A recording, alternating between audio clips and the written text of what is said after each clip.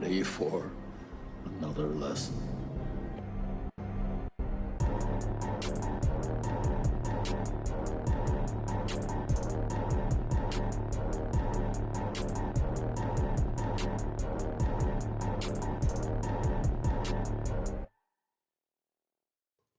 What's up, everybody, and welcome back to Back Row Banter, your favorite casual movie talk podcast. I'm one of your hosts, Adam Schwartz, and on this week's episode, we'll be talking about Killers of the Flower Moon. But before we get to any of that, I am joined today, of course, by De Niro Nathaniel. Nathaniel Gingrich. Hey, I'm De Niro Nathaniel. Favorite De Niro movie? Ooh. Gun to your head, gun to your balls. I don't know that I've seen that many just De Niro movies off the top of my head. Well, any movie that he's in. Oh my god.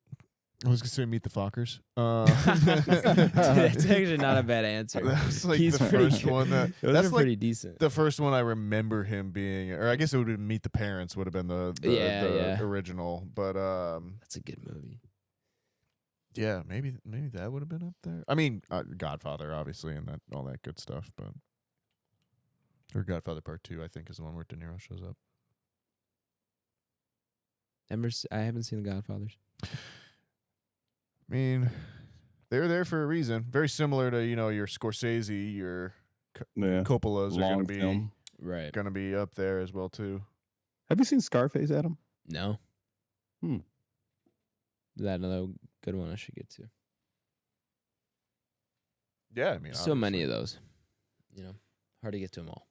But yeah, there's some famous De Niro's that I've missed out on. I still haven't seen Taxi Driver yet. That's definitely one I want to go to. That is the one I want to go to. And Raging Bull is another one I need to get to. Yeah, especially some classics there. I love boxing movies, but all the old boxing movies are very similar, where it's just a very angry man. But that's life. Michael B. Jordan's pretty angry in Creed. You know who's even angrier? Jonathan Majors. Yeah. Yikes. Also joining us today, of course, is Tycoon Ty. Tyler Vidalis. Yo.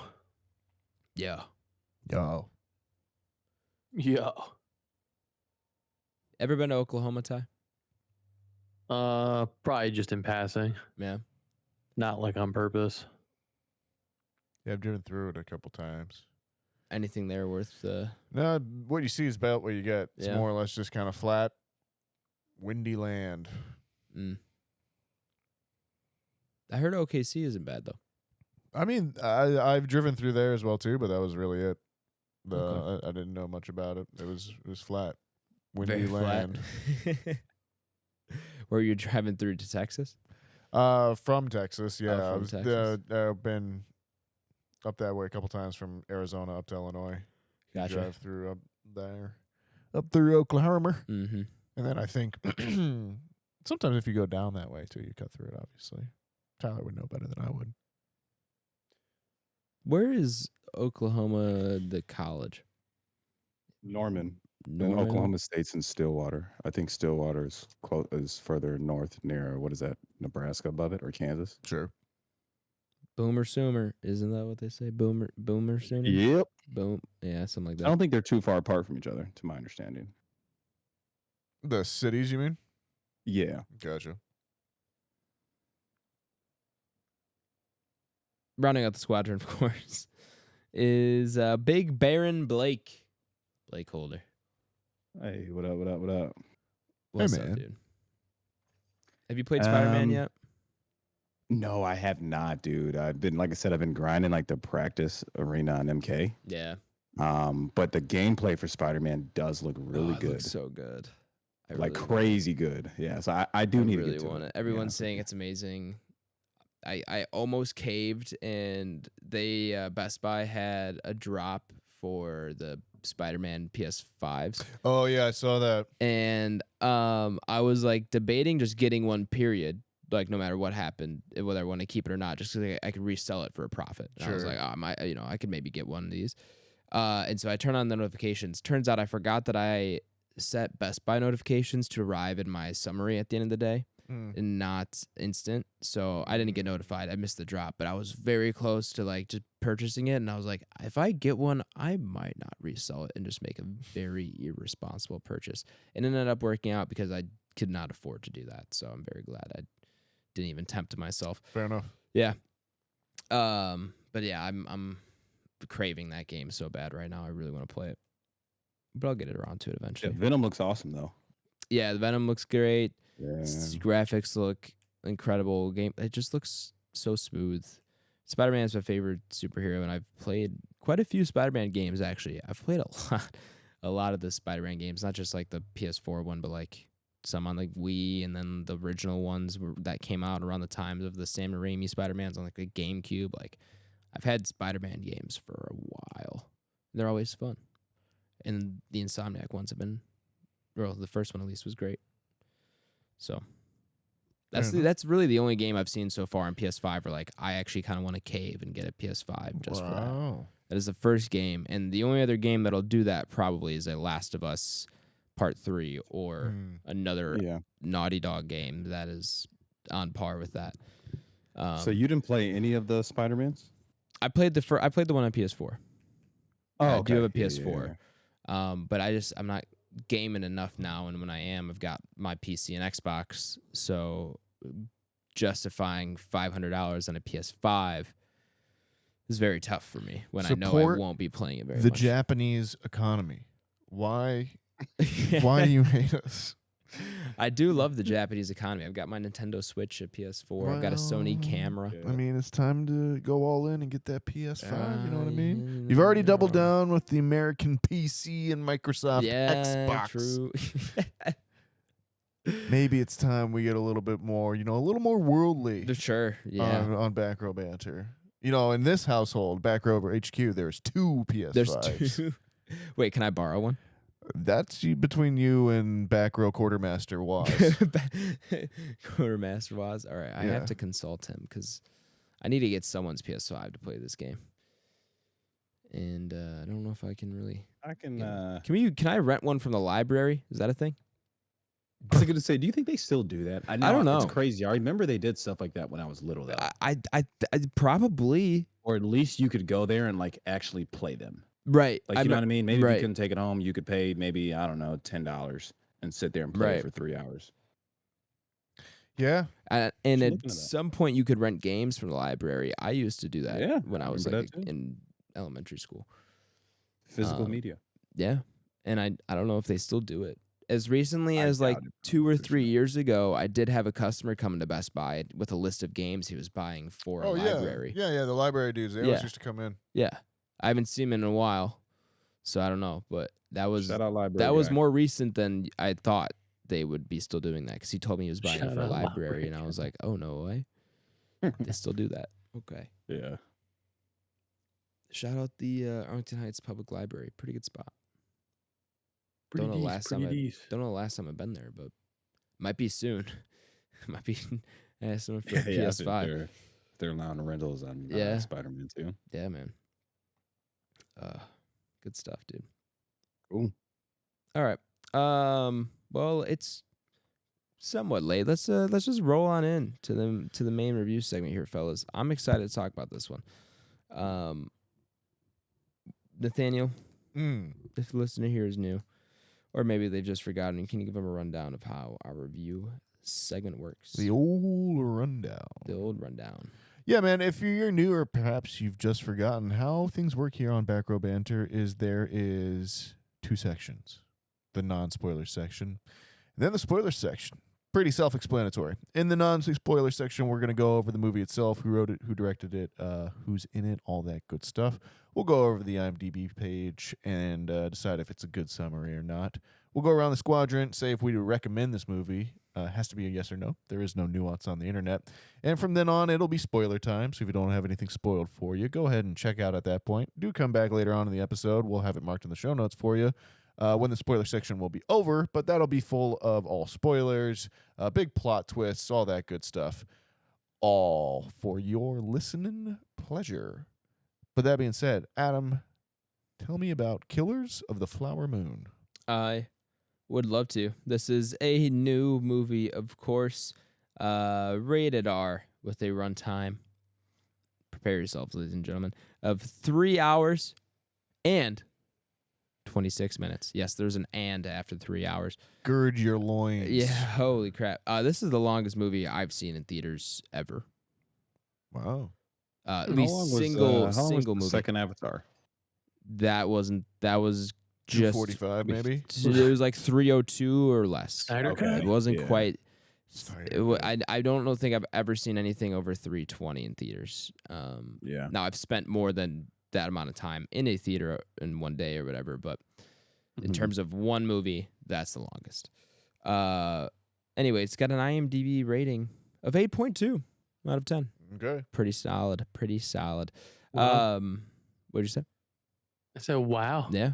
Pretty good. Directed, of course, by the man, the myth, the director, Martin Scorsese. Written, of course, by Eric Roth and Martin Scorsese, based on the book by David Gran. It stars, of course, Leonardo DiCaprio and Robert De Niro for the first time on screen together, I believe. Is that true? I remember hearing that somewhere.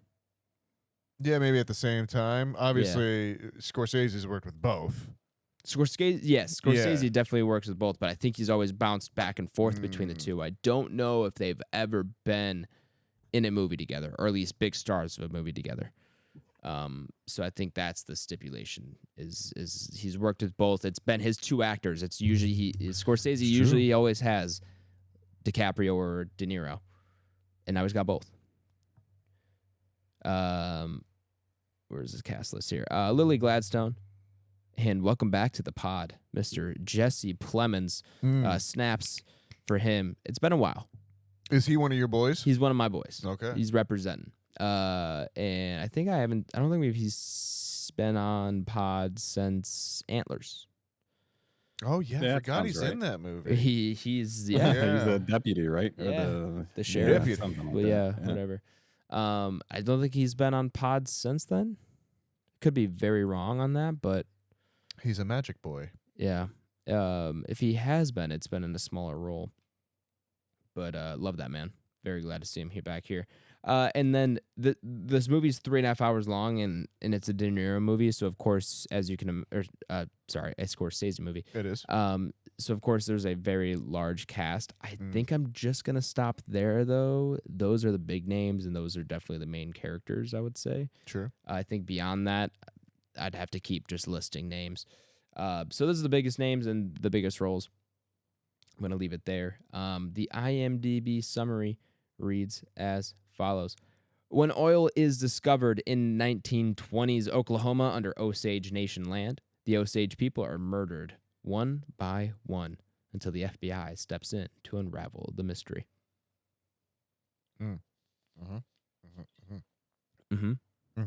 Pretty good.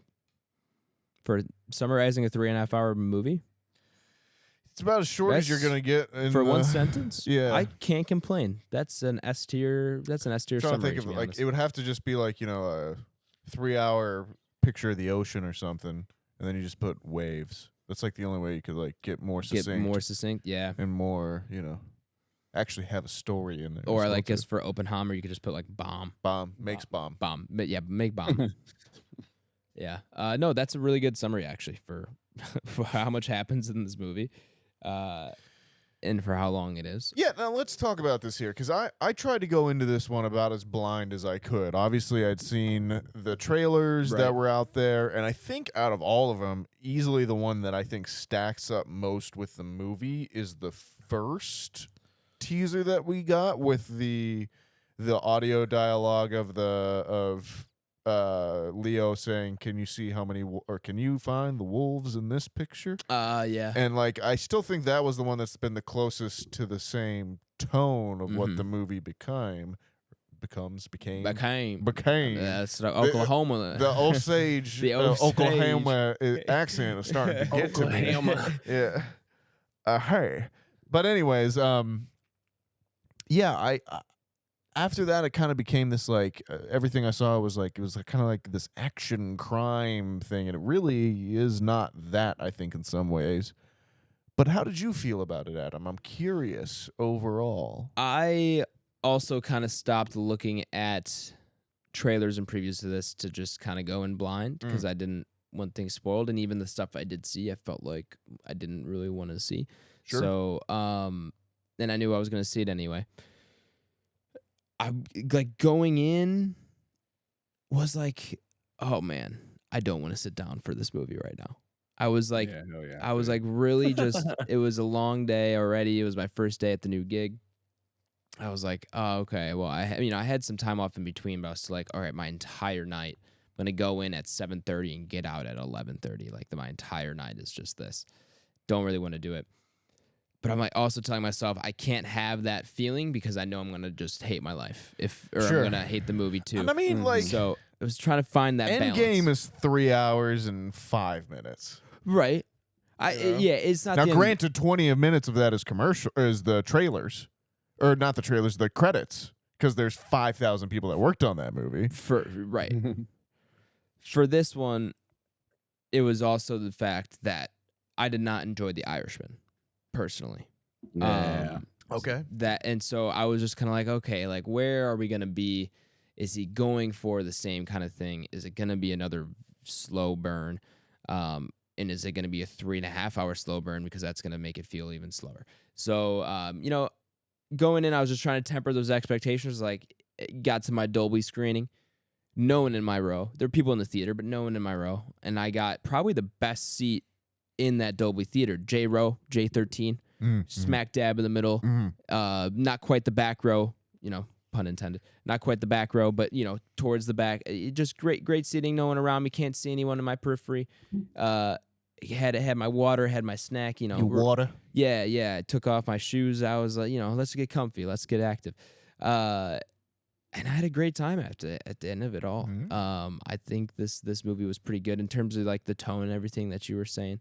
Definitely closer to some of those earlier trailers that we were seeing, where it was more of like a kind of thriller tone to it almost. In terms of like unraveling what's going on and trying to piece it all together until it's pieced together, and then you kind of go, oh well, this is messed up a little bit.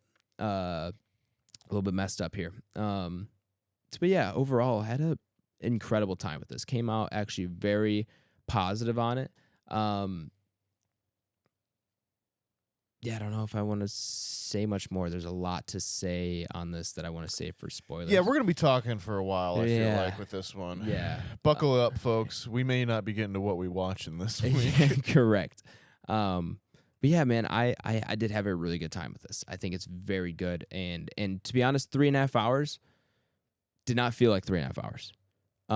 And that's probably the biggest praise I can say for this movie, because I was dreading that runtime as I sat down in my seat and got up way quicker than I thought I was than I was getting up. Like, it honestly felt shorter than Oppenheimer, for me at least. Like, in terms of like the pacing and everything, I did not feel like I was in my seat for the full duration of the runtime, and that's probably some of the biggest praise I can give this movie in terms of how much it kept me engaged and how well the story is paced out. Which Scorsese, I remember or heard in an interview of his, was inspired a lot by Ari Aster's pacing in his movies, and as I had that in the back of my mind watching this, I could kind of feel it a little bit just from the cuts he was doing and when he would cut a scene to move on to the next and stuff like that. But yeah, overall, highly recommend this. If you can stomach the 3.5 hours in theaters, do it. If not, it'll be on Apple TV Plus sometime in the next 2 or 3 months, and you could just watch it then. But yeah, I'm highly recommend. Fair enough. Blake, your thoughts? Yeah. I was able to get to it the other day, and similarly to Adam, going in, and it was after a long day of work. I feel like most of us, right? So I'm like, oh, fuck, do I really want to watch a 3.5 hour movie? But you try not to let that get in the way and have a clear sense of judgment. Honestly, I would say I liked it. Obviously, the quick comparison is to Oppenheimer, like Adam said, and I think I feel probably similar with both of those, with them being basically like a quick snip of a segment of history, right? Specifically, U.S. history, So it was interesting to kind of compare those back and forth. I think this is actually the first Scorsese film I've seen in theaters, if I want to say. I believe so. Did you, And also, go ahead. You didn't catch Wolf of Wall Street in theaters? No, I did not. All right. I know I did not. And that's the only one I was thinking. I was like, maybe I caught that in theaters, but that was 2013 or something, and I know I didn't catch that in theaters. All right. Great movie though. Great movie. Yeah. So I was like, okay, but obviously I've seen some of his films, so I was pretty aware of kind of what I was signing up for. They're usually very in depth, a lot of character, strong character development, and yeah, I would say overall I did like it. It's really good that we have films like this to show like this side of U.S. history. I think this is kind of a conversation we were having at the store one day, where like and maybe this is just me being ignorant to U.S. history, right? But like, if this film doesn't get made, I don't know about this. Yeah. So like, there's also Right. that entire part where it's like, that's really cool to see, because there's a million other stories like this out there, right? That a lot of people don't know, and like somebody can shed light on if they have the right vision and the right direction. So stuff like that is really interesting to see. As far as cast wise, I know we kind of cracked a joke. Well, in this one, I guess it's not really a spoiler alert, but Leo does not play a quote unquote hard racist in this one. But the Sure. running joke we had here on the pod, I was like, man, Yeah. I would have loved if he did though. Yeah, but he's good. He's great. He I is would just say great. that. Is this He's great. his best performance? Is this his best film? That's what I was thinking, and I was like, 'Cause I don't know. It's up there. I think I it's- don't want to hot take it though. I think it's better I don't wanna than hot take it. Revenant. Yeah. For me, it's better than Revenant, which is what he won the Oscar for. To me, it's a Yeah. comparison to Wolf of Wall Street is my biggest thing for Yeah. him. Because what was his latest performance? It wasn't Revenant. It's Was his probably last Once one? Upon a Time in Hollywood. Once Upon a Actually, Time, no, I that's think it's right. that cheap ass Netflix film. I don't want to Oh say cheap. yeah. Netflix film Don't they put on look there up. that I Yeah, didn't don't look watch. up. Yeah. Which like he was actually pretty good for that kind of movie. He was actually carrying that a lot in terms of like what he was doing with his acting there. Sure. Yeah, I didn't get a chance to see it, but prior Yeah. to that, to your point, Adam, it'd probably be Once Upon a Time. Once Upon a Time, right? But yeah, I think it's between, for me at least, it's between this and Wolf of Wall Street now for his top two. I think I'd be with you on yeah. that. And I'd have to yeah, rewatch he's- Wolf of Wall Street to give you a final verdict on that one. Yeah, that's actually what I was thinking once I finished. It's like, man, I'd like to go back and watch that. Obviously, Yeah. that's the last film they did together, going about a decade ago. So, but yeah, overall, we'll chat in spoilers. I like the movie. It is lengthy, but it's worth it, right? It takes its time. And the runtime actually runs by quicker than you would think. I've been seeing a lot of people online and kind of some stuff on Reddit. It seems like this would almost be better. Not that they're really leaving things out there in the plot, but like this could almost like work excellent a miniseries. Right. You know, so like if you Definitely can get like could. 8 hours of this or something like that, you know what I mean? I Yeah. go over really well. So That's but true. yeah, That's a good point. that'd be my take. I like it. I recommend. The cast is great. Scorsese's great. Leonardo DiCaprio is an all-time great, and obviously De Niro and the other people will kind of chat that. But that's my quick spiel. We'll go Tyler. to, yeah, let's go to Ty. Tycoon Ty. It was cool. All right. No, there's not a ton that I can say that hasn't already been said. Perks of going last, but yeah, I thought everybody was on point with their acting. There wasn't like one performance where I feel like, yeah, that could have been better. There was only one line where I was like, that could have been written better, but we'll get around to that. But yeah, I had a good time. Anytime you get a period piece, it's important to, kind of to Blake's point. Some people just wouldn't know about something like this if it's not in a movie. And it's cool that we get to see those things, and the fact that you get somebody like Scorsese who cares to want to show something like that, and then on top of that, commit to it with such accuracy. There's not, you don't really feel like there's a ton that you weren't filled in on. If anything, it makes you want to just go watch other things about it to see, and the accuracy is there for sure. So that's always a good point to have.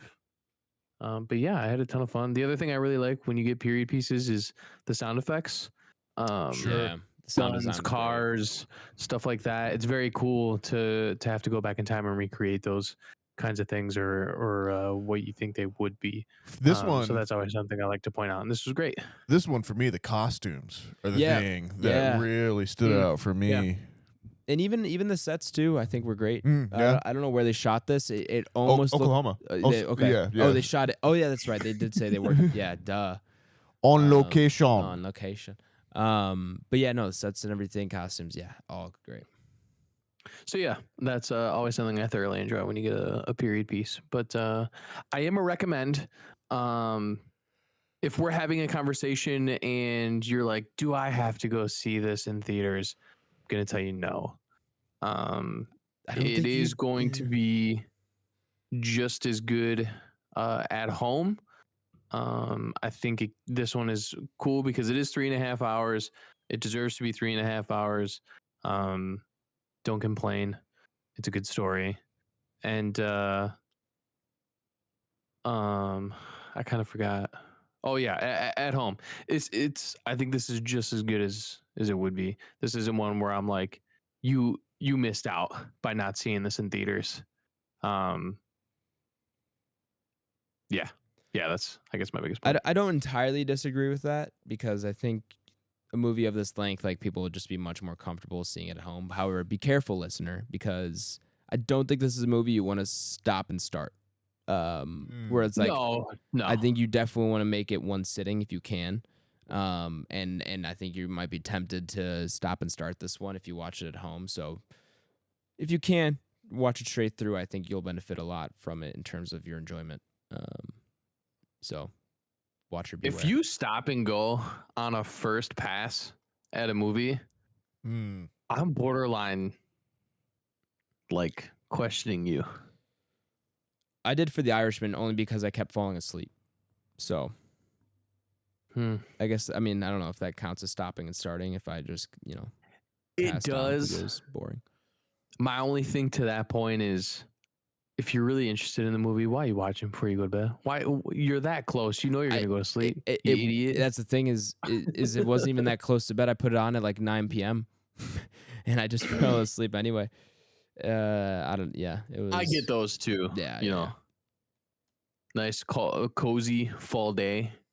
Yeah, it was. Like, it was dude, winter I'm time. amped. It was. Yeah, and then you're just like out. Yeah, exactly. You're just getting a big comfort zone. That's fine. That's forgivable. Yeah, I understand. I had. I think that came out I think I watched it in my freshman year dorm, if I remember correctly. And so I had like the futon laid out, and I was laying down. Sure. Yeah, it was comfy. All right. Anyway, let's move on to the spoiler segment of the podcast. So we're gonna go ahead. If you've not seen Killers of the Flower Killers of the Flower High Noon, Killers of the Flower Moon, and if not, do not want to spoil it for you, go ahead, check the episode description where I've left a timestamp you can jump to, where you'll be taken to the ranking of the movie. Hop upon our Entropy list. Let's go ahead. And I have not given my review. Spoilers. I thought you did. You started us off. I don't think I said I was a recommend or not. Oh, I'm sorry. I'm gonna. I'll cut that. You can go. No, I'm just kidding. If you're not a recommend, we can end this podcast. No, I'm a big recommend. I think. You think? No, I'm kidding. I'm a great maker. Okay. Big recommend. Yeah, absolutely. No, this movie's awesome. Everyone, De Niro. Yeah. Leo. Yeah. Lily Gladstone. Yeah, far we did and not. away. We did not touch on her enough. Or really at all. Unbelievable. in I this said movie. everyone. Yeah. Unbelievable in this movie. Great facial acting. Yeah. Not saying a ton, not having to do a lot of, gesturing or, really Right. big acting overall. Just, everything she's thinking and she draws you in completely just with looks and, how she sets her features and just kind of certain pauses she gives and everything. She's just she's really, really good in this as well. Yeah, and shout out Leo playing, I think, one of his most despicable characters in a lot of ways, and like certainly one of his dumbest. Yeah. Like it just a guy, just a dumb guy. And yeah. Big recommend overall. Within the first 30 seconds. Say as much as you want. I didn't mean to cut you No, off. you're fine. In my head, you started off the non-spoilers, and so in my head, you'd already spoken. No, you're good. And I forgot that you didn't really go in depth. I have spoken. With like the first 30 seconds, I was like, oh, good. I'm glad Scorsese is doing this. Like, I think it was like, again, first maybe 2 or 3 minutes of the movie, there was like some shot where he did it was just like full tracking shot or like it was, pull when out. he came off the train. Yeah, Yep. I was just like, all right. Yeah, we're locked in. Yeah. Was not bothered by the runtime. I think a lot of people are, as I said, some people need to get over themselves a little bit as well too with the runtime thing. We've all talked about it a lot. Should a movie be 2.5 hours because you are trying to pack it full of bullshit? Absolutely not. But if you have a story that is going to take 3 hours to tell, and that's what you need to take it to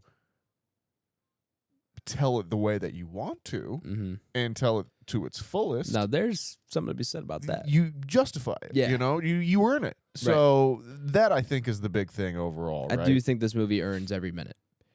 And I think there's also there's like that I don't know what's that maybe tone or that kind of feeling that like, oh, well, it's a big important Oscar movie, it needs to be 2 hours in length or something like that, or that like that is in some way indicative of quality. And we all know that's absolutely not true. No.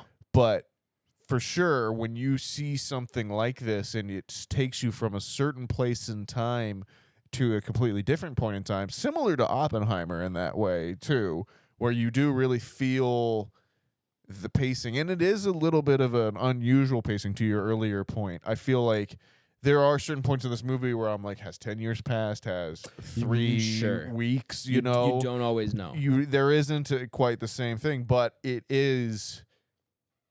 Life's a lot like that too, Sure. and that's I think all ties together this movie into a very natural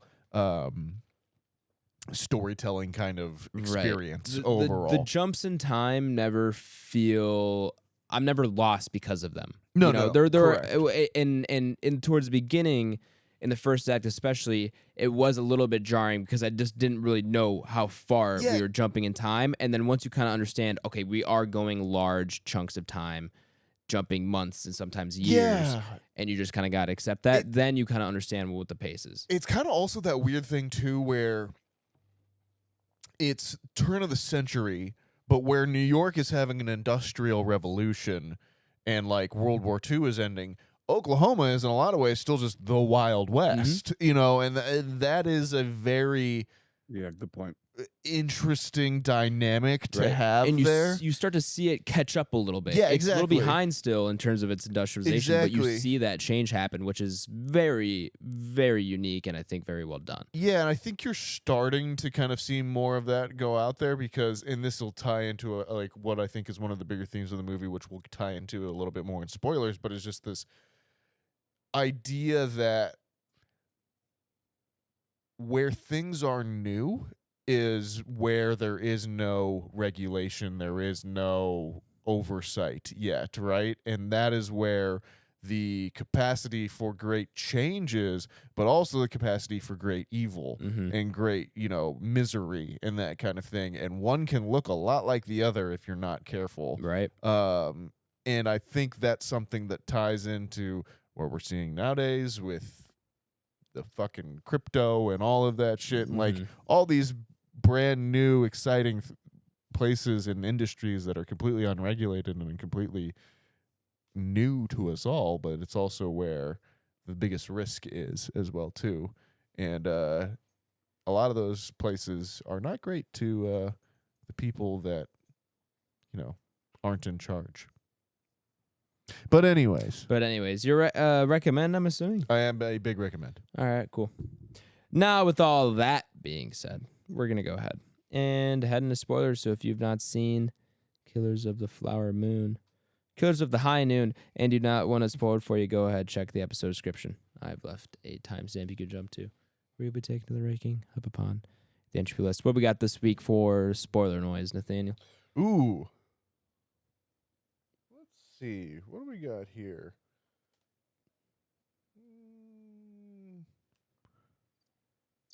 They're the wild crickets of the Osage. Spoilers. That was peaceful. Needed that. Got a good little mental reset. Yeah. Shit goes down. You could say that. So, tonally with this one, interesting, right? Because, like, from Lily Gladstone's point of view, it is a straight-up horror movie. Yeah. Like, and there are parts of this that felt that way. There's parts of this that do feel that Ari Aster, like, kind of, like, abrupt horror tone to it, I would say. And then you've got the Leo DiCaprio, which is the classic Scorsese guilt crime drama. I'm in too deep and over my head. Mm-hmm. And then you've got the De Niro, I'm the Grand Master storyline. But at the end, they're all just kind of dumb. They're all just kind of like only getting away with it because no one else was bothering to look. Right. And that's kind of the world, like, in some ways, right? Yeah. Especially at the time. Yeah, absolutely. You could get away with anything. But I thought, so, like, we're going to talk Scorsese here, and, like, you've said you haven't seen very much of him. I've seen maybe a few. 5 or 6, Scorsese films. He's got so many at this point. He's been doing this 40 years. Yeah, but 50 years. He's always fascinated with guilt. He's always fascinated with culpability and with, man's sins and kind of like trying to, strive for perfection, but falling so far short, and the seduction of the crime world, and that is, maybe something that you want to live up to, but then it slowly, eats you alive. And he kind of takes all of that and then just focuses on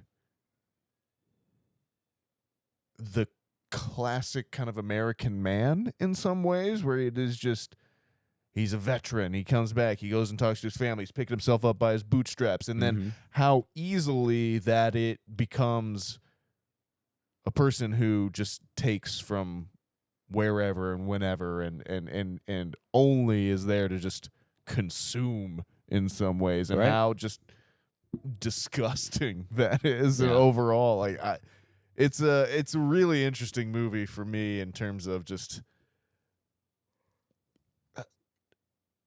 who it's focusing on and the complexity of those characters. I think I've talked a lot in kind of a weird way, but someone else pick me up here.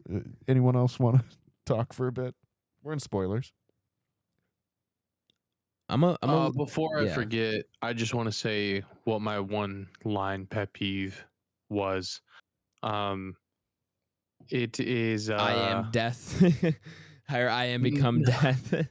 No. It's why can't I remember the guy's name? The lawyer. Brendan Fraser? Yes. It's when they're in the house and he calls and he like stutters on the line of "You're a stupid boy." Yeah, no, that caught my attention too, and that felt like they needed another take on that one. I don't even know if it's the take. I think it's more of like the wording. Like, he is a grown man, regardless of how like stupid he may be, or like how stupid the character is that he's portraying. But like, the boy thing sounds weird, to me in that setting. I don't know why, but it just threw me off. Is it because Leo is very clearly a 40-year-old man at this point? Yeah, and I don't know if it was because he was trying to belittle him, or maybe trying to give like the the viewer an idea of like maybe like where his like intelligence level is at in comparison, but it didn't sound right to me. So yeah, it just kind of threw me. Is part of that not Brendan Fraser's voice though? I think too. Like it's a film full of gravelly voiced kind of like American dudes, and like I feel like at that point, like Brendan Fraser, there is something about him that feels a little bit off in this movie, but I think it's almost done on purpose in some ways too. I think it is too, just because there is so many things, kind of like what you noted to earlier. There's so many things going on elsewhere in the world that at some point that stuff is going to integrate into here at some point, and like a lawyer would make sense, right?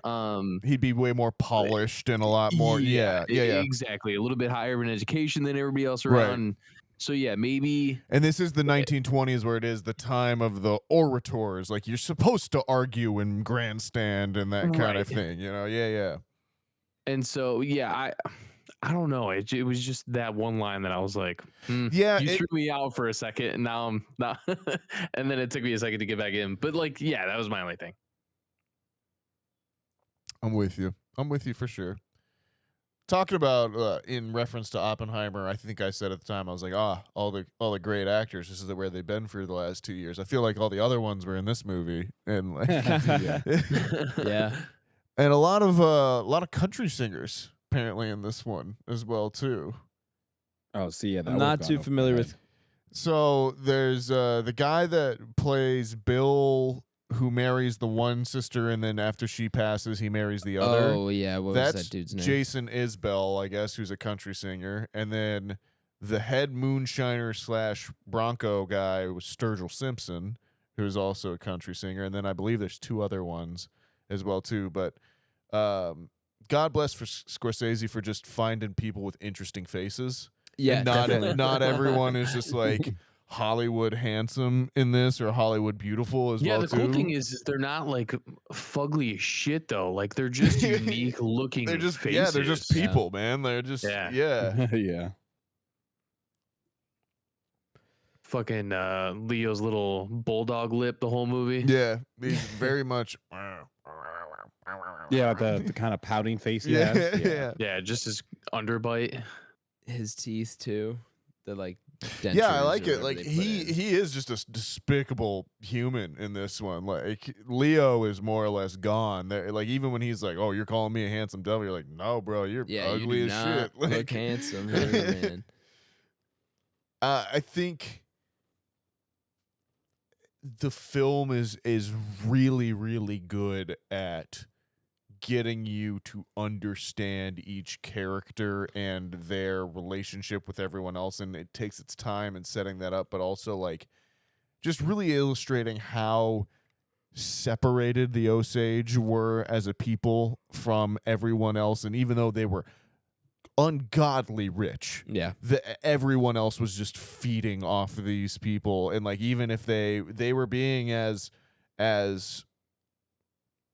open and on top of it and like as strong and wise as they could be in their own position, but even then like everyone else around them, like even if they weren't in direct kind of like cahoots with one another, they weren't like, oh well, me and Adam, we're going in together, I'm the Undertaker and he's the mayor and we're gonna work on this together. That still that like understanding of we're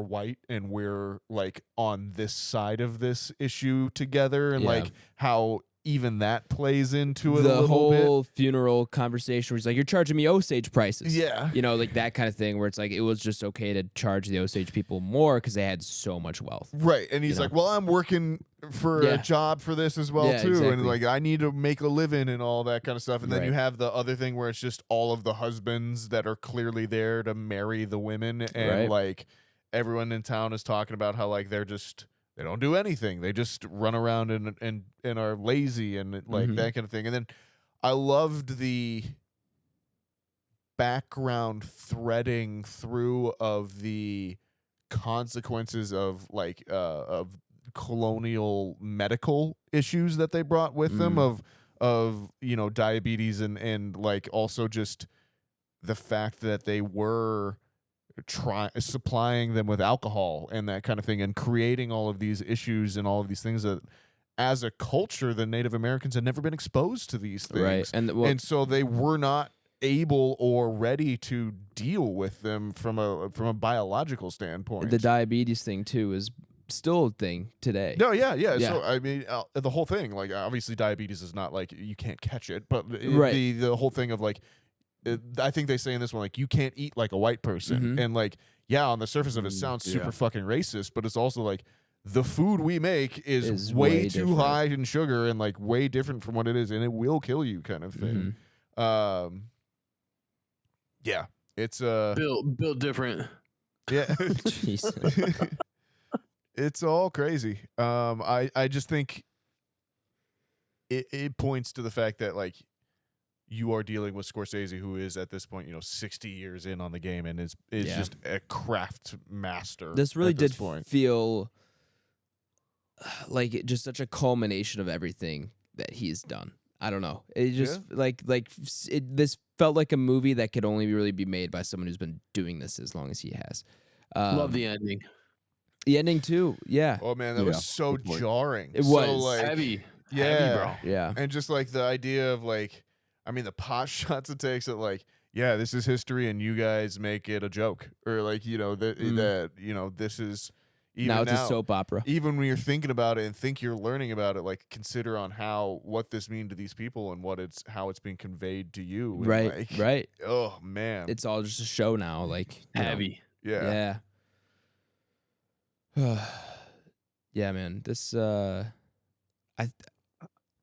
do you all feel about this? So like runtime wise, I know we kind of chatted on that earlier.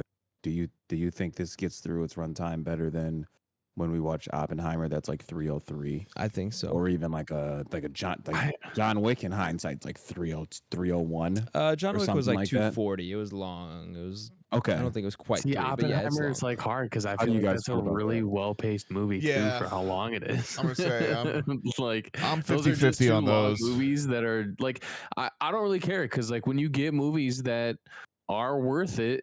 And like this goes back to my like DNA movie of Lord of the Rings. Like those are all 3+ hours, but they're all extremely worth it to me. So like when you find something like those and Oppenheimer, and this and Snyder Cut, like like you just want to watch them. You know what I mean?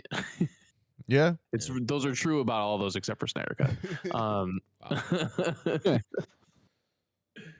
But It's not that it's bad. one of those things. It's when you find something this long, but it's this good. It's for me, it's a moot point.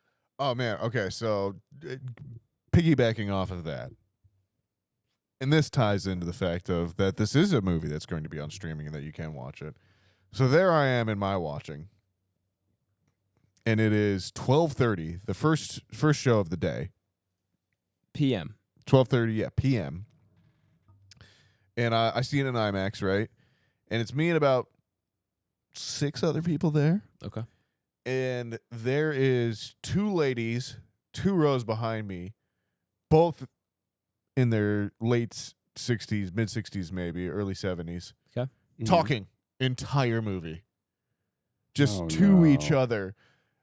Like a whole points of like they were like out there, and she's like, she knows he was trying to kill her, right? Well, I hope she knows that he was trying to kill her at this point. Oh, dude, I'm saying so. Oh my man. God, man! Did Like, did you say something? yeah, of course. I was just like, shh. Yeah. And then like as I'm leaving, I just look at them. I was like, you should be ashamed. Yeah, you're Like- too old for that. Yeah. And You're too old, bro. truthfully, like, it's gonna be out on Apple. Just watch it at home. Right. Don't waste the money and Facts. come here. You paid IMAX prices. Right? Like, Yeah, Sit there you're for- not A-list. I couldn't Barb, believe get the it. fuck outta here. Come on, Barb. And like I've been to a lot of movies, guys. Like I can handle it, right? It's really not that big a deal. But at the same time, it's this one where you literally have the option to watch it at home. in less than 2 months. Rare. And this isn't like one of those fucking action-packed movies where it's Right. loud as fuck all the time, where you can get away with a side comment or two. This is like a relatively Right. quiet, And, like, dialogue-heavy movie. And like at the start of it, they like were whispering at like the beginning and everything, and I was like, okay, that is what it is. Like, there'll be parts where they can, like, if they gotta talk to each other, it is what it is. But it was every moment in this movie where there was like a high emotional scene or something, they're sitting there and talking. I was just like, I hate both of you. Wow. That's really disappointing. Did you see that house blow up? I did see that house blow Yeah. up. Who do you think did it? I don't know. Genuinely about the conversation level that we were having in there at the time. Oh, and there was another one where the grandmother dies. Right. Or the mom dies. Great scene, by the way. Amazing. Incredible. And like she wakes up and there's the 3 other members of her family that are there, and one of them just goes, "Oh, well, I would be screaming if I woke up and saw those right there." And it's like, lady, it's her fucking family. If you can't figure that out, like, just leave. Right. Please walk away. God. Yeah, that's annoying. That's really bad. How close behind you were? 2 rows. And like I said, there's like 8 people in the theater, so like I can. And the IMAX isn't like the Dolby is, where it's blocked off or anything. Right. Yeah. That is disappointing. Not the movie you want to be having people talk through. But I guess I was in Dolby. Yeah, I was in Dolby too. It was nice. IMAX was great beyond that. Like, genuinely, yeah, it was awesome. And I thought the mix was really good. I felt like I could hear everyone well. There was some ADR things for me I noticed, and I don't know if it was just because Dolby mixing's weird sometimes. Could be. But there was some dialogue not matching up properly. It felt like to me, really? Well, and a little bit of that, not terribly, not like most people won't even notice. But also, I did not. Yeah. And I don't know, maybe it was I don't know what it was. Maybe it was where I was sitting in the theater, but it felt like also some of the sound design too was very isolated. And again, it probably could just be because I was in Dolby, sound settings are weird in certain theaters, whatever. But it didn't feel like a lot of the times that you have, like, in a scene, you'll have a lot of background noise, and there's a lot of layered tracks. It seemed like the background tracks that should be overlaid on top of the main sound effects were not there in some scenes. Really? And it felt really isolated and kind of awkward, where you kind of just hear a sound effect, but you don't hear everything around it. And like, usually I don't notice that kind of stuff. It just felt a little quieter. And it went away. Like, it was mainly like the first few minutes of the movie, first like 20 minutes of the movie, I would say, is when I noticed it the most. And then a few times here or there. And I also just assume it's probably just where I was at in the theater, or the theater itself, and maybe some sound setting wasn't tuned properly. You never know. But yeah, that the slight thing I noticed. Could have just been me though. Feel you. Yeah. I don't know what else to talk about in this movie. It is so dense. So,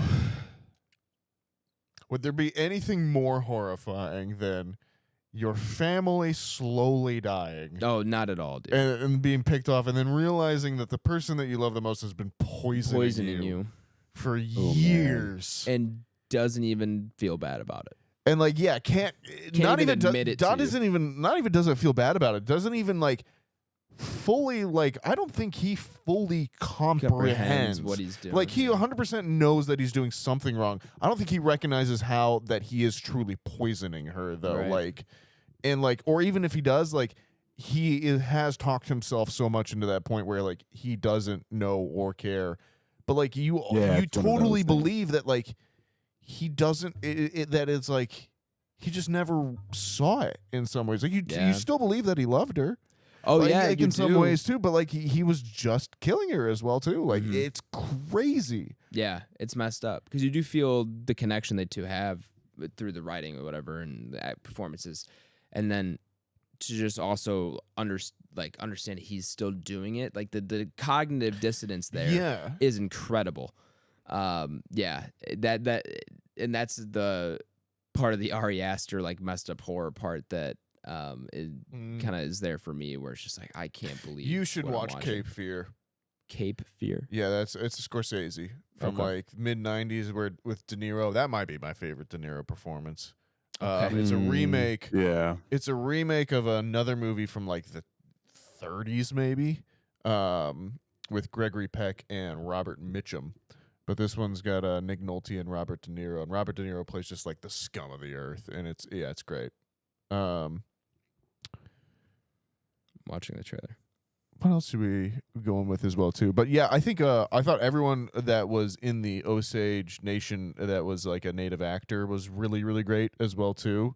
And just kind of like that area, and like totally understand not where De Niro's coming from, but you just know him as just evil, like just a crazy evil person, and just doing what he wanted because he could, and completely had everyone else eating out the palm of his hand about it. Out of his, yeah, exactly. I mean, down to DiCaprio's character too, even.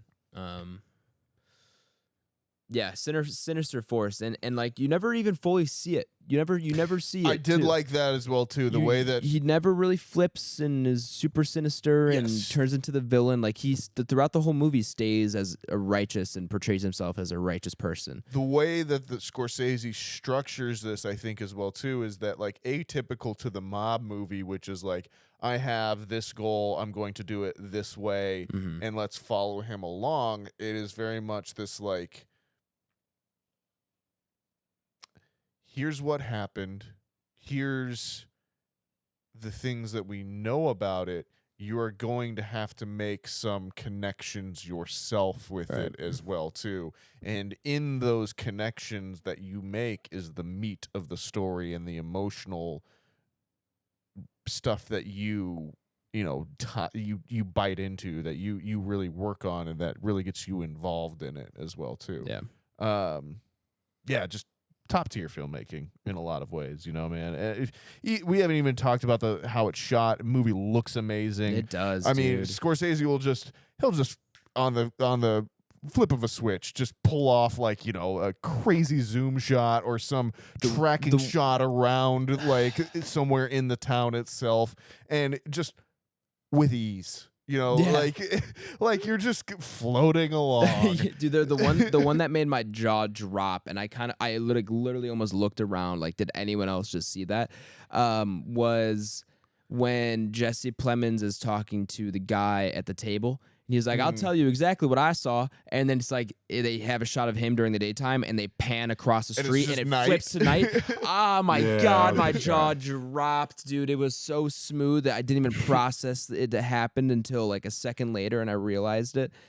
Oh man, yeah, just masterful in that regard. I love the use of like the old time photos and like switching back and forth between that, and that like was cool. Down to.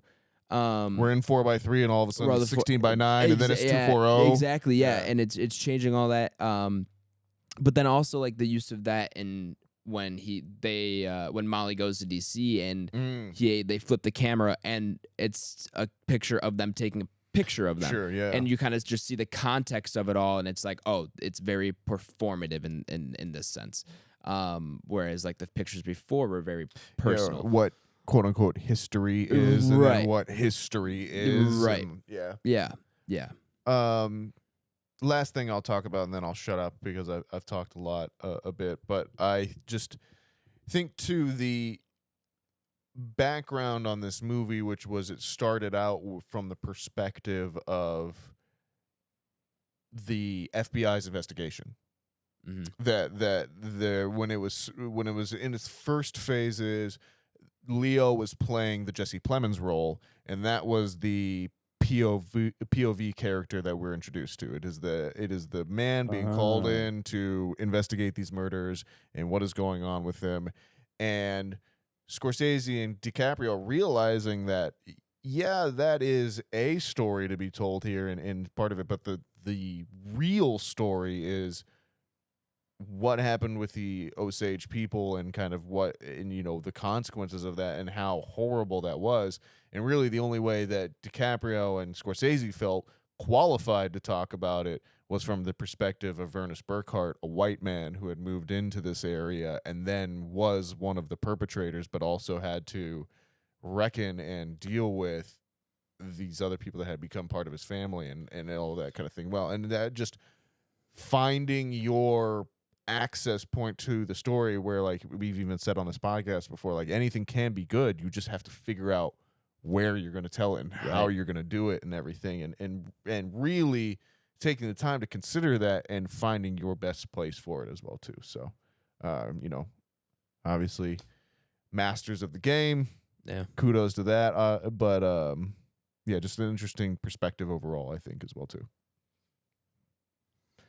Great point there. Yeah, I think they definitely found the sweet spot because you think about it, like they could have picked Byron, his older brother. They could have picked De Niro's character. The De Niro character, yeah, they absolutely. Could have just focused on Molly, which like could have been a very interesting other choice that I honestly wouldn't mind seeing if they had just focused. I mean, she's obviously a big part of this movie, but focused just more on her perspective, her line of thinking, that kind of thing. But putting it on DiCaprio and Ernest Burkhart, definitely an interesting choice that led to a good story. So fair point on that one for sure. Music was great. I don't think nothing like too heavy. I thought the soundtrack was really cool, to be honest with you. I thought it had a really interesting idea to it, and then I really liked the kind of native bend it had to it and how that kind of got incorporated in and everything. Yeah, that was definitely a highlight for me as well too. Yeah, and we already touched on the sound design. It was great as well. Just an all-around great movie. And like I said, I think the biggest compliment I can give it is that I was in a bad mood, didn't want to sit down for a 3.5 hour movie, and ended up not even noticing it was 3.5 hours. Very impressive in that regard.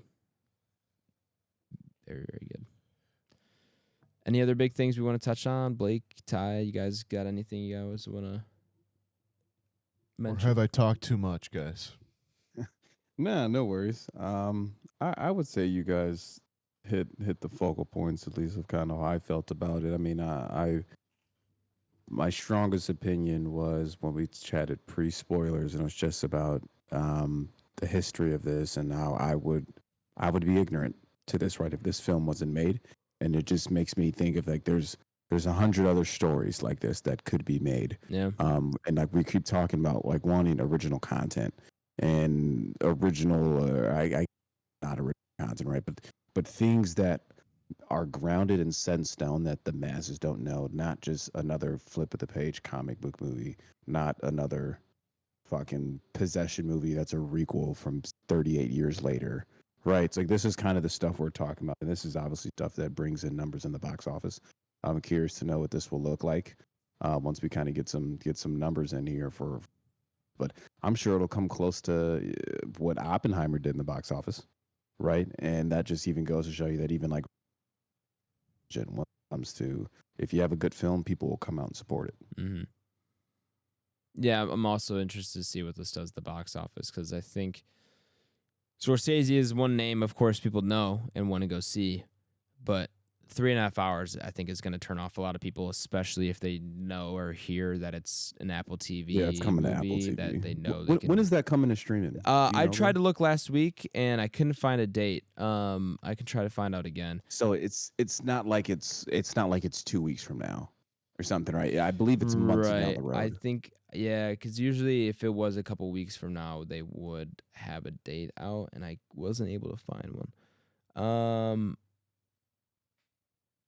45 days from the initial release date is like what we've been seeing, and I'm seeing here that's December 4th, so that would probably be the earliest we'd see. If I had to guess, it's going to be close to Christmas, maybe, but sometime in December probably, if I had to guess. But I don't think we have an official date yet. Okay. Also, is this Apple's first movie in theaters? I have no idea.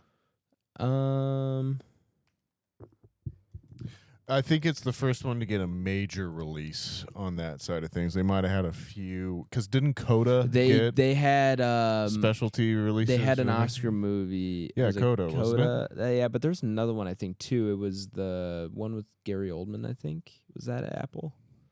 No. One with Gary Oldman. That could be a lot of movies. Well, I think it was called Mank or something. Mank was that. Netflix.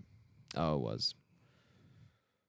Okay, but yeah, I think this is his first wide release. But at least my first Apple movie in theaters. Yeah, was I think weird seeing the Apple logo on the big screen. A little different, yeah. But it's cool that they just make movies now. They're just now kind of just a studio. I think that's dope. Yeah, good for them.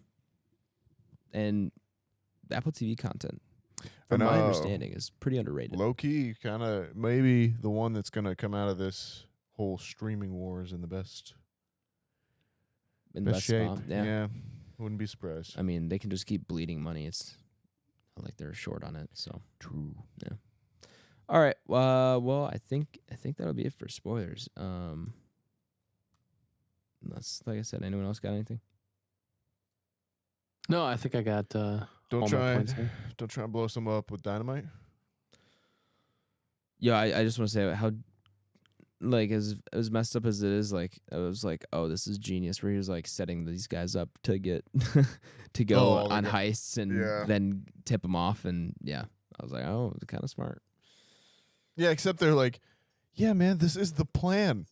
This is the plan. Us in jail.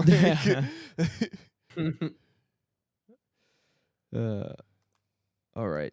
Well, welcome back, listeners who skipped over the spoiler segment of the podcast. We're going to go ahead and throw Killers of the Flower Moon up upon the Entropy list. For those of you who do not know, the Entropy list is Back Row Banter's official list of all the movies we have reviewed, regardless of genre, regardless of anything else, all on one fantastic list. If you want to reference it for yourself, you can do so by checking the episode description, which is linked to my Letterboxd. Killers of the Flower High Noon. Flower Moon, sir. High Noon. That's offensive. It is, but it's also funny to me, so I'm just going to keep going with it. Movie number 164 upon our glorious Entropy list.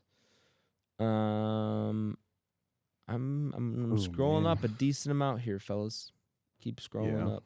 I'm going to keep scrolling up. If anyone's got an early ranking, let her rip. Yeah. I got to pull up the list still. Hold on. Here we go.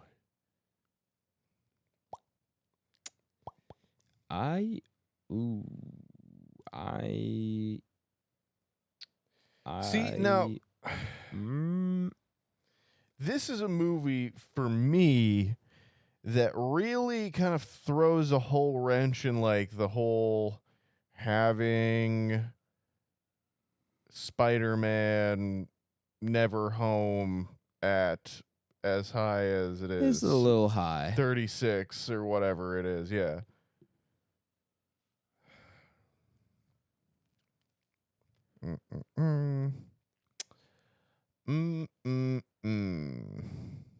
Yeah, I mean, Is it better than Oppenheimer? and that was my first thought, right, Nathaniel? So then I'm like, ooh. Yeah. It's a more interesting story to me. I guess because I was completely oblivious to it. Okay. Right? So like that's kind of my first thought. But then I'm thinking like then I seen Spider-Man Into the Spider-Verse at 28 and I was like, okay, that's one where I was like, okay, honestly, I'd probably put it over that. Okay. Right? So I'm like, okay, I'm probably over that. Then I see T2 at 27, Batman. But then I'm scrolling down that I see No Country for Old Men at 33, and that's a damn good movie. Yeah. Yeah, you're not wrong. And yeah, it's tough. So I think I'm gonna have to split the difference. I'll have to split the difference, and I think I'm gonna have to go. I think I'm gonna have to go 25. So I'll put it above Batman, put it above T2, put it above Into the Spider-Verse. Dune, obviously, No Country for Old Men, Kill Bill, things that are tough for me. My ultimate hard cap, though, was 9 Days. That's the one, huh? Yeah. 9 days is a tough one for me as well. That was my final jump. Where I was like, I even though Oppenheimer being above, I couldn't do it.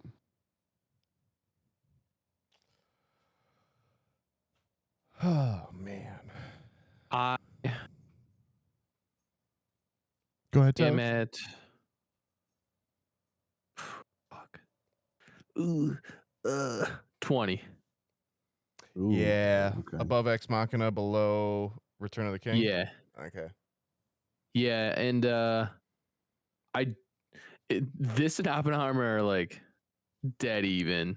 That's sure. like that's tough. But yeah, I'll keep my one Lord of the Rings. It's not my favorite, but it's still fucking epic. Sure. And I'll sacrifice the other two because my favorite is down there. So I think that's a bit of a sacrifice for me. So I will go 20. I think that's where it belongs, what it deserves. It's a good movie. Top 20, you can't argue that. Dude, top 20 is killer. So Blake, you're 25. Yeah. Tyler, you're 20. Nathaniel, you got an idea yet? Yeah. It's tough, man, because I think there's a really good argument for me that this is my top movie of the year so far. Yeah. I can see that. There's an argument to be made. So like that for me is like, okay, so like of the things that we've done this year for us, the biggest one on there is Across the Spider-Verse, and that's all the way up there at number 9. Mm-hmm. And like I was looking up there. If I'm Nathaniel and I'm like, hey man, what's the movie I'm gonna come back to 10 years from now, and that kind of thing, and it's like, is it gonna be Killers of the Flower Moon or is it gonna be Across the Spider-Verse? Man, that's like at most a 50-50, 60-40 shot, you know, of like trying to figure out which one I'm going to between those ones. And like, there's something to be said for that. But then I look at the movies around it and I'm like, okay, but then you got Get Out, you got, Jurassic Park, you got Alien, you got Your Name. Those are some A-tier movies there that we've talked a lot about. Yeah. You know, we've got a lot of history to talk about those ones too, and that's the toughest part of the Entropy list. Anytime these new ones are thrown in there, how are we gonna feel about them in a year from now? Exactly. So with the way everyone's going with this and the way that we're kind of voting, I think I'm going to put this one at number 13. I'm going to put it below Your Name, and I'm going to put it above Arrival. Okay. That's fair. That's very fair. I think of the list around there, Midsummer and Blade Runner 2049 might be my personal ones out of there that I might like poke out. Obviously, Lord of the Rings are going to be one that for me personally maybe higher. Other Lighthouse 2, who knows? Okay. But yeah, that's where I'm going to have it. Lucky number 13 for you, boy. I'm very close. What are we doing, Adam? I think I'm gonna roll with 16, below Midsommar, but above Blade Runner. Ah, okay. 9 days kills me a little bit. I think my personal enjoyment, my personal choice is 9 days, but as a film, I mean, we talk about this. The Entropy list is not just your overall enjoyment. It's not just quality of film. It's not just rewatchability. It's just a combination of all of that. It's just overall quality for your personal enjoyment and all that stuff combined, and as a film and all that. So I have to edge this out because I think objectively this movie might be one of the best filmmaking period in terms of making a 3.5 hour movie feel like 2 almost, and just having my attention the entire time. That doesn't happen a lot nowadays. Even Oppenheimer was hard to like hold on my attention throughout the 3 hours of Oppenheimer. Part of that being I just gotten out of Barbie, but the craftsmanship of this film through and through is incredible. And I have to give it its due props for that. So with that, I'm gonna edge that out and give it to Killers here and put it at 16, below Midsommar and above Blade Runner 2049. Let me recap here. Blake was 25. Yep. Ty 20. I was 16, and Nathaniel were 13. Yes. That gives us an average rating of 18.5, meaning we would tie break it with The Lighthouse. Ooh. I'm an above The Lighthouse personally. I love my seabirds, but yeah, that's and just so you guys know, that also puts it below Oppenheimer.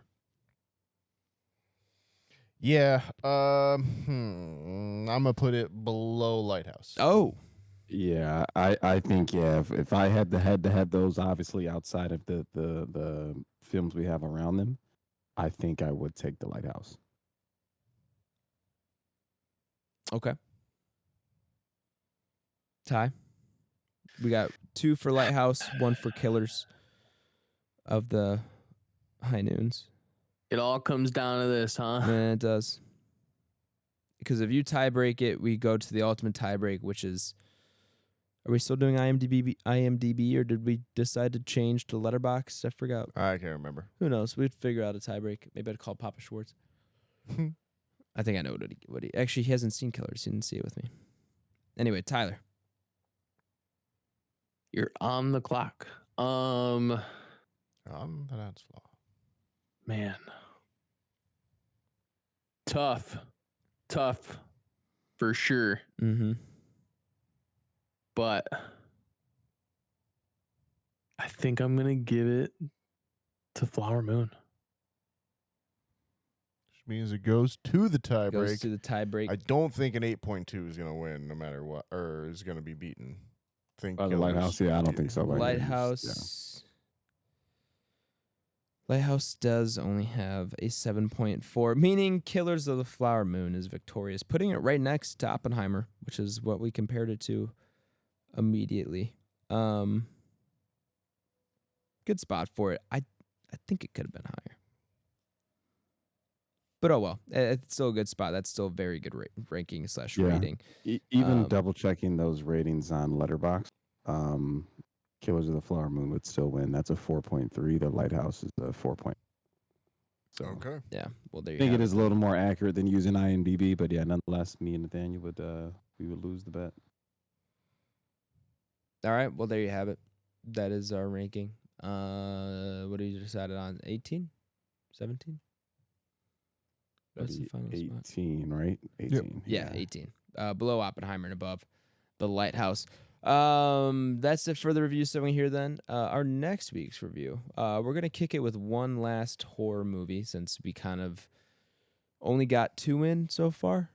We started off the month with, what was it? Crater? Crater was like the first week. We did back-to-back horror, and then this week kind of ends October, but we want to get one more Scare. One more good horror flick in there. So with Halloween still being next week, and you wanted to maybe watch some horror stuff this week, we're gonna go ahead and watch Barbarian. Barbarian, which is on Max. It's on Max. So Max. But that and don't worry, listeners. It's only like a 1 hour and 40-minute runtime, so we're kind of balancing out Killers with this one a little bit, so don't have to worry about that as much. But yeah, check out Barbarian if you have not already, and join us for a review of that next week. Fellas, we're at like 118. Yeah, let's go ahead and end this boy. Yeah, let's just move on. We'll get to what we're watching next week. BlakeHolder. Oh wait, no, we gotta do our show plugs first. Where am I? Shows you how tired I am. Yeah, follow the podcast, share with a friend, a family member. What do we got here? An oil baron. Yeah.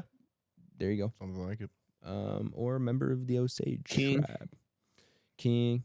While you're doing that, make sure you follow the show on Twitter at Banter Row, on Instagram at Back Row Banter Pod, and our YouTube is just Back Row Banter. BlakeHolder, now we can go to you. Where can the people find you at, my man? Yes, sir. Letterboxd BlakeHolder. I'll be on there logging some things, rating them out of 5 stars.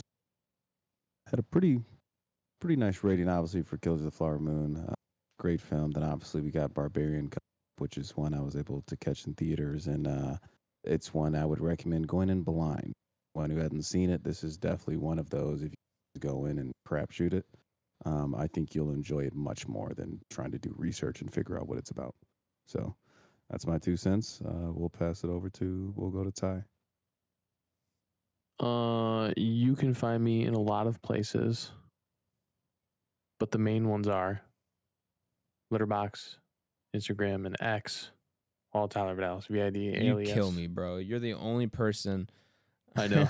And I know you do it half to troll. I do it 100% to troll. But it bothers me every time. It's so good. You're the reason why. Damn. But yeah, that's all I got. That's where you can find me. Nathaniel. What up, folks? You can find me on Twitter and Letterboxd at @Gingrich. You can find me on Instagram at NathanielG92. X doesn't exist. Twitter does. X is bullshit. And what Sandpiper Tapes? That's my other podcast.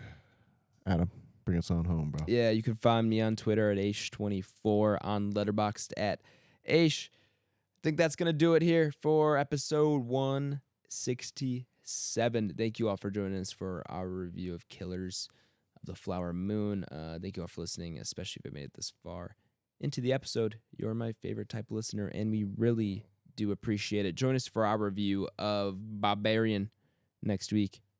We'll BRB. Be excellent to each other, everyone, and we'll BRB. Thanks for stopping by. We truly appreciate you, and pass on some love, and we will BRB. Thanks for listening. Thanks for the support as always. We wouldn't be able to continue the podcast if we didn't have a fan base. So we'll BRB.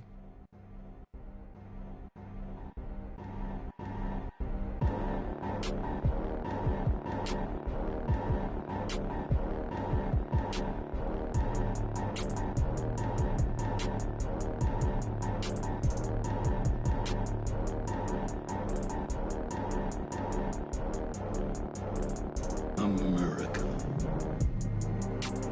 Ready for another lesson. Yeah. Another news, I got back from Arizona this weekend. It was a fun time. Good. What'd you do out there? Just visit family and friends? I flew in Friday, played golf. Hey. Threw up on the course because I got heat stroke, but hey, Nice. didn't matter though because our team won the scramble, shot 5 under over 18. And yeah, it was awesome. Then we went to friends. The main reason we were out there was it was their reception. It was the friend that was doing married in Santorini, and then we all went out to Arizona to celebrate that. Nice, man. Party with them. So yeah. Did the D-backs play any games while you're out there? Did you guys watch the Yeah, games? we got to see. So the first day that I was there was the day that they. Excuse me. It was game 4. So they won third, and then they won the fourth, and then the night of the wedding reception was the one that they lost out Game there. 5. Yep. Wow. So then I flew back, and then obviously we had the game 6 and game 7 last 2 days, and those have been amazing. Yeah. I can't believe the Diamondbacks are in it. Now is when I choose to reveal that I have had a $5 bet on the Diamondbacks as World Series champions at plus 10,000 odds since February 16th. And so wait, you might have said that. That's why he put his 2 weeks in. You might have said that. I feel like $9,000. Yeah. 500 actually. 500. $5 to win Sweet 500. payday, though. So yeah, that's we got that going for me so far. My brother and his friends / my cousins, we're on a little betting group chat. There's probably like 6 of us total in it. but they have just lost so much money betting against the Diamondbacks. That's this series. amazing. And Game 7 comes around, and I open the chat, which I have muted because they just spam it all the time. And I open the chat, and my brother goes, "Hey Keith," he adds my cousin Keith. He goes, "Hey Keith, want to win all of our money back betting Phillies money line?" And then it's just a gif. It's just a gif of John Wick going, "Yeah." and So did you immediately hedge and go the other direction? I should have. I was like, I had a lot of faith in these D-backs, but I think that was also right around the time I was getting to the theater or something like that. But didn't have time to hedge and. Yeah, I mean, if you bet wanted against to them. win They've been losing a positive lot of on this overall postseason, you should have just bet moneyline Diamondbacks Yeah. every single one. Yeah. They swept the first 5 games. Yeah, and then no, and they probably had plus money on almost genuinely, every game. every game for the Phillies, they were at least plus 150. Yeah, Since the whole start of it, basically. I'm sure they were even larger. I'm sure Game when they 3 were, was yeah. probably plus 200, plus 250. Good looks for the D-backs though. Look at us. Even us are getting into the betting chat portion of the world. Oh, Betting I've has been just in the betting chat. No, I'm just talking about like in the sports entertainment world. Like you cannot. That's all it is. You now, can't. You yeah. can't do anything. Like Yeah, it's a lot. no of one that is just a sports entertainment place anymore. Everyone is sponsored by DraftKings and fucking FanDuel. Stake.com and yeah. Different world. It's true. NFL's rigged, by the way. Oh, come on. Don't do that. I got a buddy who's deep Oh, into that we can conspiracy talk, Blake. I've got some things to show you. Isn't this this is just one of those like the dumbest people think it this kind of thing? Like I don't know, dude. I'm getting more and more convinced that. I mean, I'm not saying every game is rigged and every play, whatever it is, but when I'm watching defenders just choosing not to tackle Patrick Mahomes and just go the other direction, or either like run by him, or like there was one play where he was scrambling for a first down, and the defender, instead of just going straight at him, looks at him and then turns and hits the blocker instead. I saw that clip, but Is I that think not? no, that one did genuinely look to me like that guy just like got turned around. Like he was just like in the play on his back foot, backpedaling kind of thing, and he just got turned around on where he was. We might not be talking about the same play. It was the one where he's like falling on it, and then the other guy like legitimately just like turns in front of his own person, right? Or like the guy that would have tackled it. No, that's a different one. That is a different one. That is also kind of weird, and I know what you're saying, but this one was like defender looking at Patrick Mahomes, has a straight lane to just run at him, and decides to just hit the guy to the left of him instead and give Patrick Mahomes like a first down. I think I've seen both of the videos you two are talking about. Yeah. I think I've seen that too. And But I there's- mean, There's I think one from if it was rigged though, bro, I mean, I think it's not There's that. no way. Right? I think that's right? just Yeah. player error. That's like Yeah. sport. I mean, That's like, the There are moment shit. some where like maybe Yeah. they're like maybe you might think that like some players are in cahoots and they're like, yo, bro, when I see you out there, I'm not gonna let you out. Like I'm just gonna, you know what I mean? So like, Yeah, I maybe think there's some of that does relationship happen. going I on. agree with that, Tyler. But I think if there's anything that is rigged, it's the penalties. They're I was also working, gonna say they're that's the working it biggest through thing. the penalties. Yeah, that's the biggest thing. Well, like, correct me if I'm wrong. Wasn't there like a big ref scandal in basketball in like Yeah. the 90s or something? No, like it was like mid to early 2000s. Okay, It was where, like- something Shanahan or no. Bill Donahue, I think it was the ref. They were Yeah, like- that sounds right. they were like betting on games or something or influencing games. Or he they was were like basically mobbed up. he was fixing. Yeah, he was Yeah. he was fixing games for the mob basically. Okay. Yeah, and profiting So a like lot. that has happened, but like, Right. and there's no denying it. But I think really it's just like one, human error, and you just like you try and ascribe it to something. And two, course. every single play is available to be scrutinized Oh, by of course. anyone That on is- the internet at this right, point. Right. Whereas the only people that used to be able to do that were head coaches or like the people that were on the team or that kind of thing. Now anyone can do that as well too. So like Yeah. that's the other thing as well. But like any of those conspiracy shit, like I don't know. I don't think the refs get paid enough to do that Well, kind of thing. Well, under the table, man. They get a lot of bonuses. Yeah, okay. Those don't go on the payroll. They probably I'm do. much more. They I'm much probably more do. on that one. I would be much more on the of the two conspiracy theories. I'm much more on the every player in the NFL is on some sort of performance enhancing drug than I Mm. am on the NFL is a script. I think all professional sports are Scripted. What, rigged or scripted? rigged. Oh man, I don't know, fellas. So and the funny thing is I guess not the funny thing is, but like they don't have to do every game. So it's never They do You'll not. never know. You'll never know. But like think of how many baseball games are there in a year for one team? 162. Yeah. One of those, even one per team, or even if you do like one every year out of all the teams, you're still making a fuck ton of money.